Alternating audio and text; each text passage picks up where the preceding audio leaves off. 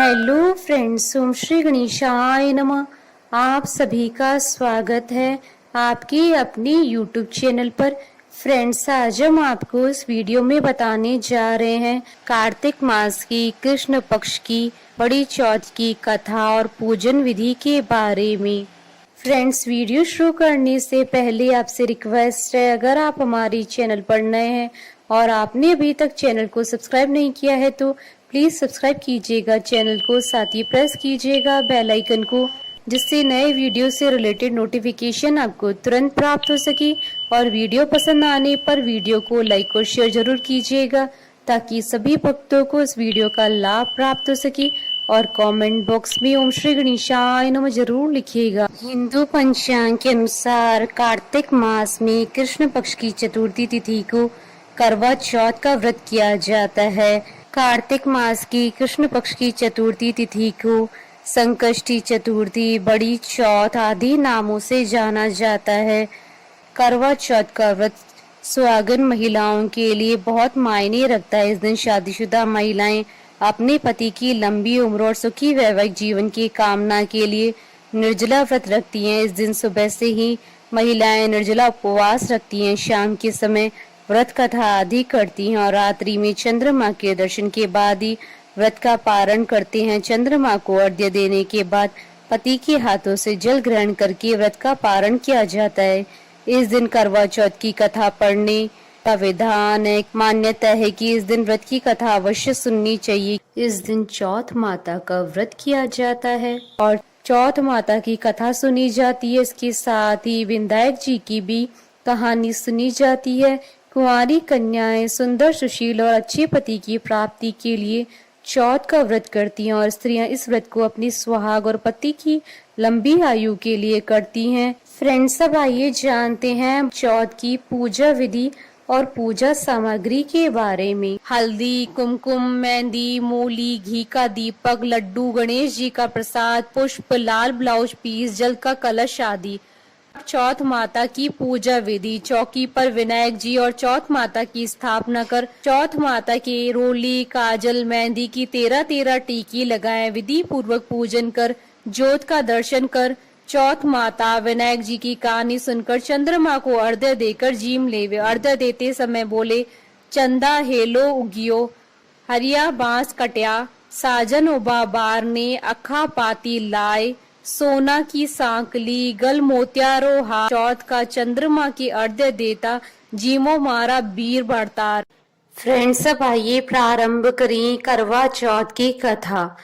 एक साहूकार के 7 बेटे और एक बेटी थी। बेटी का नाम करवा था और वह बेटी अपने सातों भाइयों की बहुत लाडली बहन थी। भाई बहन हमेशा एक साथ ही भोजन करते थे। जब कार्तिक की चौथ आई तो बहन ने करवा चौथ का व्रत रखा। जब सातों भाई खाना खाने बैठे तो बहन को भी खाना खाने के लिए बुलाने लगे। इस पर उनकी माँ ने कहा कि आज इसका तो करवा चौथ का व्रत है और जब रात में चांद निकलेगा तब यह अर्घ्य देकर खाना खाएगी। इस पर भाइयों ने दूर जंगल में आग जला दी और छलनी में से बहन को चांद दिखा दिया। बहन अर्घ्य देने लगी तो उसने अपनी भाभियों को भी बुलाया, तुम भी अर्घ्य दे दो। लेकिन भाभियां कहने लगी कि ये चांद तो तेरे लिए निकला है, हमारे लिए नहीं, इसलिए तुम ही अर्घ्य दे दो। उसके बाद वह अर्घ्य देकर अपने भाइयों के साथ भोजन करने बैठ गई। बहन ने जैसे ही पहला टुकड़ा तोड़ा तो उसके ससुराल से बुलावा आ गया कि उसका पति बीमार है। लड़की की माँ ने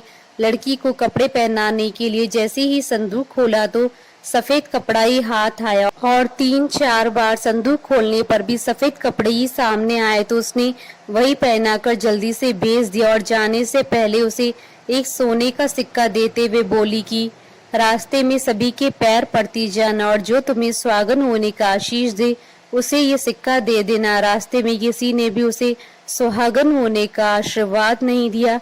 सभी ने यही कहा कि ठंडी हो, शील हो, सब्र करने वाली हो, अपने भाइयों की बहन हो, भाइयों का सुख देखने वाली हो।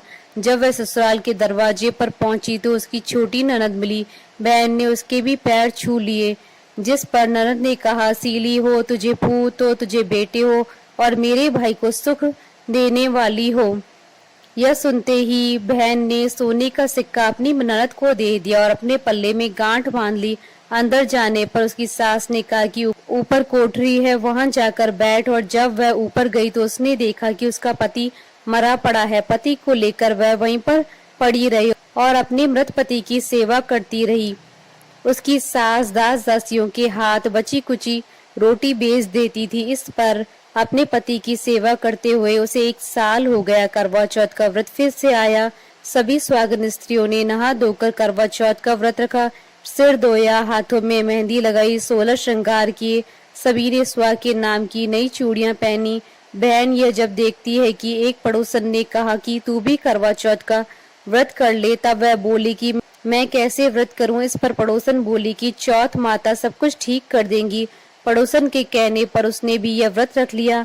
कुछ देर में करवे बेचने वाली आई और आवाज लगाने लगी कि करवा ले लो भाइयों की प्यारी, करवा ले लो, दिन में चांद उगाने वाली, करवा ले लो, ज्यादा भूख की मारी, करवा ले लो। बहू ने आवाज लगाई कि ए करवे वाली, मुझे भी करवा दे दो। इस पर वह बोली कि मेरी दूसरी बहन आएगी, वह तुझे करवा देगी। दूसरी बहन आई तो वह आवाज लगाने लगी, करवा ले लो भाइयों की प्यारी, करवा ले लो, दिन में चांद उगवाने वाली, करवा ले लो, ज्यादा भूख की मारी, करवा ले लो। बहू ने आवाज लगाई कि ए करवे वाली, मुझे भी करवा दे जा। इस पर वह बोली कि मेरी दूसरी बहन आएगी, वह तुझे करवा देगी। इस तरह से 5 बहनें आई। सभी ने यही कहा कि मेरी बहन करवा देगी। अब छठी बहन ने करवों के लिए आवाज लगाई तो उसने कहा कि हमारी 7वीं बहन आएगी, तुम उससे करवा लेना। तुम उसके रास्ते में कांटे बिखेर देना, उसके पैर में कांटा चुभ जाएगा, जिससे वह बहुत चिल्लाएगी तो तुम सुई लेकर उसका पैर पकड़कर जबरदस्ती कांटा निकाल देना। जब वह तुम्हें आशीर्वाद देने लगे तो तुम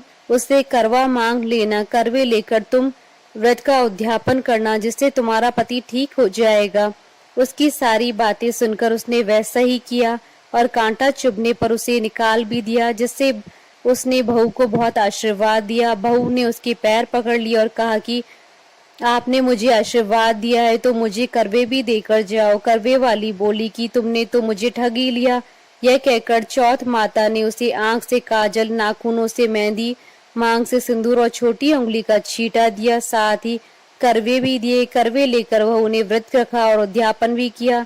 यह सब होने पर उसका पति भी जीवित हो गया और कहने लगा कि मैं तो बहुत सोया। तब उसकी पत्नी ने कहा कि तुम सोए नहीं, 12 महीने से मैं तुम्हारी सेवा कर रही हूँ। ये तो कार्तिक की चौथ माता ने सुहाग दिया है।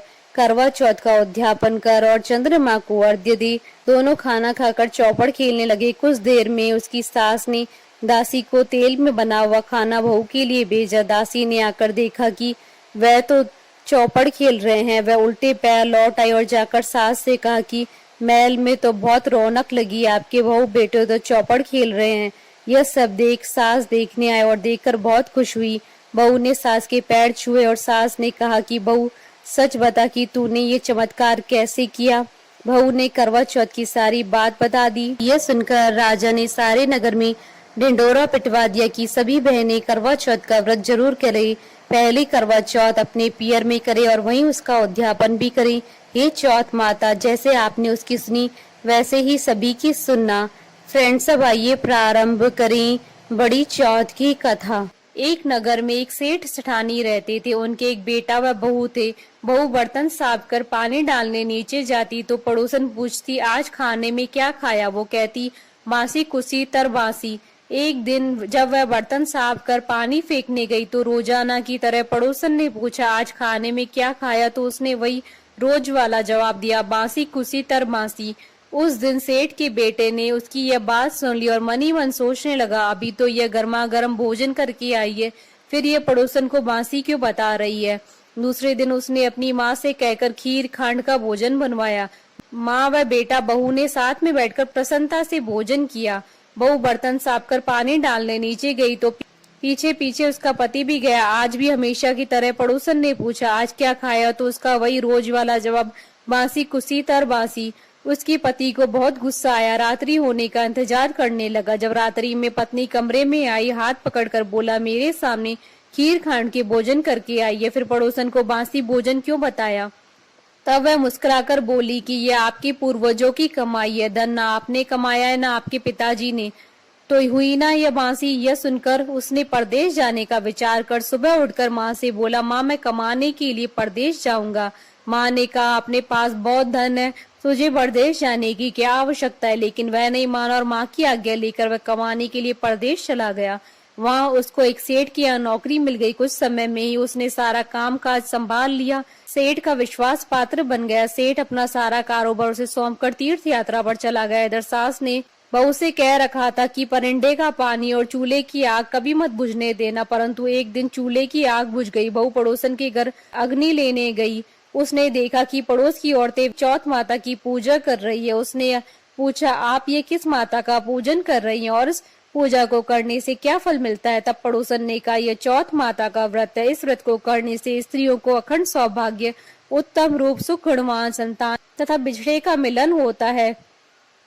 तब उसने बताया, मेरे पति परदेश गए हैं, मैं भी चौथ माता का व्रत करना चाहती हूँ, पर मेरी सास मुझे घर से बाहर नहीं आने देते, तो मुझे कैसे मालूम चलेगा कि चौथ का व्रत कब आया। तब पड़ोसन ने कहा, बहू तुम रोजाना एक डिब्बिया में एक दाना गेहूं रखते जाना। जब 30 दाने हो जाएं तो उस दिन चौथ माता का व्रत रख लेना और शाम को चौथ विनायक जी का पूजन कर चंद्रमा को अर्घ्य देकर फिर खाना खा लेना। साहूकार की बहू को पड़ोसन के कहे के अनुसार व्रत करते हुए बहुत समय बीत गया। चौथ माता ने सोचा कि यदि इसकी नहीं सुनी तो मुझे मानेगा कौन। तब चौथ माता ने साहूकार के बेटे को स्वप्न में जाकर कहा कि साहूकार का बेटा सो रहा है या जाग रहा है। तो उसने कहा, ना सो रहा हूँ न जाग रहा हूँ, चिंता में हूँ। इस पर चौथ माता ने कहा, चिंता छोड़ घर जाकर तेरे परिवार को संभाल। तब साहूकार के बेटे ने कहा, मेरा कारोबार बहुत फैला है। तब चौथ माता बोली, सुबह उठकर स्नान ध्यान से निवृत्त होकर दुकान जाकर चौथ माता का नाम लेकर घी का दीपक जलाकर बैठ जाना। जिसको लेना है ले जाएगा, जिसको देना है दे जाएगा। सुबह उसने वैसा ही किया और देखते ही देखते हिसाब हो गया। उसने घर जाने की तैयारी कर ली। घर रवाना हुआ। रास्ते में एक सांप अपनी 100 वर्ष की आयु पूर्ण करने दाह समाधि लेने जा रहा था। उसने उसको सिस्कार दिया। सांप ने गुस्से में कहा, मैं अपनी आयु पूर्ण करके मुक्ति पाने जा रहा हूँ, तूने मुझे टोक दिया है, इसलिए अब मैं तुझे डसूंगा। इस पर साहूकार के बेटे ने कहा, मैं 12 वर्ष बाद अपने घर जा रहा हूँ, मैं अपनी माँ व पत्नी से मिल लूं, तब डस लेना। तब सांप बोला, तू घर जाकर पलंग पर सो जाएगा। तब उसने कहा, मैं अपनी पत्नी की चोटी लटका दूंगा, उस पर चढ़कर डस लेना।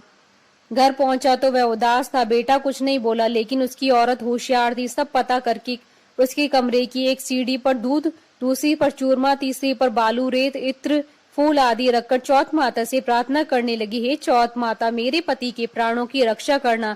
अर्धरात्रि में सांप आया और दूध पिया। चूरमे व बालू की मिट्टी में कि कोले कराकर बोला, साहूकार की बेटे की बहू, सुख तो बहुत दिया पर वचनों का बंधा हूँ, डसूंगा तो जरूर। तब चौथ विनायक जी ने सोचा कि इसकी रक्षा तो करनी चाहिए। तब चौथ माता तलवार बनी, विनायक जी डाल बने और सांप के टुकड़े टुकड़े हो गए। सांप की पूंछ का टुकड़ा उसकी जूती में जाकर गिर गया। सांप ने सोचा, डसूंगा तो जरूर। तब उसकी पत्नी रोज चींटियों को आटा डालती थी। तब सब चींटियों ने मिलकर उसकी पूंछ को खोखला कर दिया। साहूकार के बेटे को नींद नहीं आ रही थी। वह अपनी पत्नी के साथ चौपड़ पासा खेलने लगे। सुबह देर तक जब बेटे बहू नहीं उठे तो साहूकारनी जगाने गई तो सीढ़ियों पर खून ही खून देखकर जोर जोर से रोने लगी कि मेरे बेटा बहू को किसी ने मार दिया। रोने की आवाज से बेटे बहू उठे और बेटे ने कहा, माँ हमारा बैरी दुश्मन मरा है, यहाँ सफाई करवाओ, तब हम बाहर आएंगे। माँ ने वहाँ सफाई करवाई। बेटा बहू नीचे आए। बेटे ने पूछा, मेरे पीछे से किसी ने कोई धर्म पुण्य किया है क्या? तो बहू ने हामी भरी। तब सास बोली, तू 4 समय खाना खाती थी, तूने क्या धर्म किया? तब बहू बोली, मैं चौथ विनायक जी का व्रत करती थी। एक समय का खाना पानी वाली को देती, दूसरी बार का गाय की बछड़े को, तीसरी बार का जमीन में गाड़ देती, वह चौथी बार का चांद को अर्घ्य देकर स्वयं खा लेती। मैंने बनिए की दुकान से पूजा का सामान मंगवाया, उसका हिसाब कर देना।